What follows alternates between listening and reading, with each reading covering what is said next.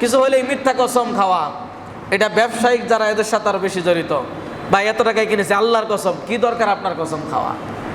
আপনি বলুন আমার এত টাকা লাভ হলে আমি বিক্রি করব, বলার দরকার নাই 50 টাকার জিনিস আপনি কসম খেয়ে কেন বলছেন 80 টাকা? আল্লাহর কসম 80 টাকায় কিনে আপনি 10 টাকা লাভ দিয়ে আমাকে 90 টাকা দেন, দরকার নেই, এতে বরকত নষ্ট হয়।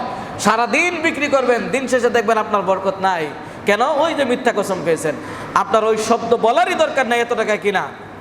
আপনি লাভ করতে পারেন 30 টাকার জিনিস কিনে আপনি 50 টাকা বিক্রি করতে পারেন, এবং অবস্থা আপনি 60 টাকা বিক্রি করতে পারেন, কিন্তু আপনার বলার দরকার নেই আল্লাহর কসম 30 টাকা দেয় কিনা, অথচ জিনিস কিনা আপনার 10 টাকা। আপনি বলুন যে আমি 30 টাকা কিনা, এটা বলারই দরকার না। আপনি বলুন 40 টাকা হলে আমি বিক্রি করব ভাই, 40 টাকা হলে আমার লাভ থাকবে, আল্লাহর কসম ওইভাবে খাওয়ার দরকার নাই। আর কসম যদি খেতে হয় একুরেটটাই বলেন, আল্লাহর কসম 30 টাকা কিনা, আল্লাহর কসম 30 টাকা দিয়ে আপনি কিনেছেন, এবার আপনি বলুন আমি 30 টাকা 40 টাকা 50 টাকা হলে বিক্রি করবো, নয় করবো না। মিথ্যা কসম খেলে আল্লাহ রশিদ করেছেন এদের আনুগত্য করা। আর কি